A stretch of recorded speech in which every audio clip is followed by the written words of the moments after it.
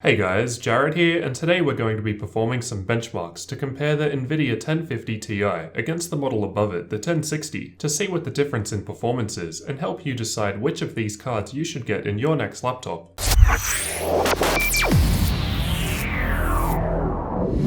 First off, I'm performing these tests with two different laptops. However, they both have pretty similar hardware. Both laptops have an Intel 7700HQ CPU with 16GB of DDR4 RAM at 2400MHz, with Windows 10 running on an SSD with all available updates installed, including the latest Nvidia drivers to date. The key difference here, of course, is that one is running with an Nvidia GeForce GTX 1050 Ti, while the other has the model above, the 1060. We can see straight away that the specs of the 1060 are of course higher. So how do they compare? Let's find out and jump into our benchmarks. We'll cover both real-world gaming benchmarks in terms of frames per second, as well as the results of some different benchmarking tools. First, we'll start with the gaming benchmarks, as these are more practical. I've tested Grand Theft Auto 5, The Witcher 3, and Shadow of Mordor on both laptops. In Grand Theft Auto 5, I tested with FXAA on, with MSAA set to 8, with a 1080p resolution, with VSync off. With these settings, the 1050 Ti reached 54 frames per second, and interestingly, with the 1060, I only got 55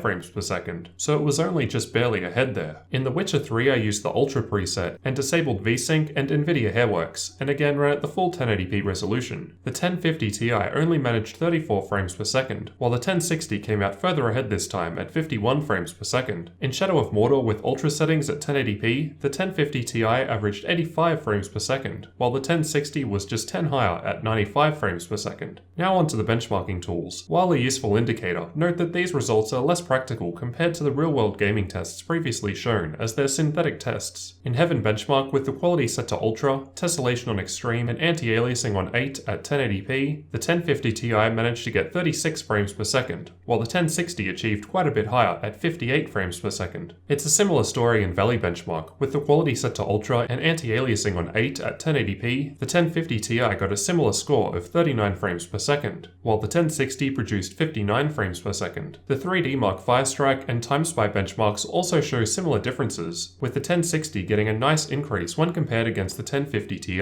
In Firestrike, the 1050 Ti got a graphics score of 7,765, while the 1060 received 11,682. In the TimeSpy benchmark, the 1050 Ti got a graphics score of 2,373, while the 1060 got 3,768. Finally, let's check the temperatures of each card during testing. Keep in mind that the unique cooling implementation within each laptop will differ slightly here, which will affect the results. So basically this isn't a perfect comparison. We can see here that with an ambient room temperature of 18 degrees Celsius, the idle temperatures are pretty similar, with the 1060 actually slightly cooler here, which I didn't expect. Although I suspect with some repasting, things may change. Under a full load, the 1060 is only slightly warmer by just 2 degrees Celsius. Both cards were very close in terms of temperatures. So as we expected, the 1060 is of course faster. But by how much? And is this improvement worth paying for? On average, based on all of these tests, the 1060 performed approximately 27% better than the 1050 Ti overall. However, it's important to separate the gaming results from the benchmarking tools, as the benchmarking tools alone showed a 36% improvement, while the gaming results showed just a 15% improvement. As noted earlier, the gaming benchmarks are probably more practical for our purposes. So does this make the 1060 a better pick over the 1050 Ti?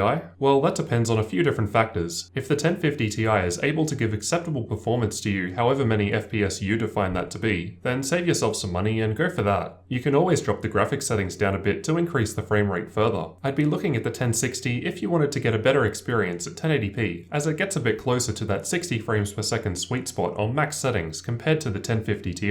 Though of course this will cost more, the card will run a bit warmer, and drain more power. In the end, it will come down to how much you're willing to pay. However, I think the 1050 Ti is definitely capable of providing an acceptable gaming experience in most cases at a fair price point, and should work pretty well unless you want the higher frame rates with higher settings that the 1060 and above can provide at their higher prices. I hope this video has helped you see the real-world differences in performance between the Nvidia 1050 Ti and 1060 graphics cards, in both benchmarking tools and games. Be sure to leave a comment on the video and let me know which of these cards you'll be picking up in your next laptop and why. And leave a like on the video if you found it useful, or a dislike if you hated the fact that I called it Ti instead of Ti. Apparently some people really care about that. Thanks for watching, and don't forget to subscribe for future tech videos like this one.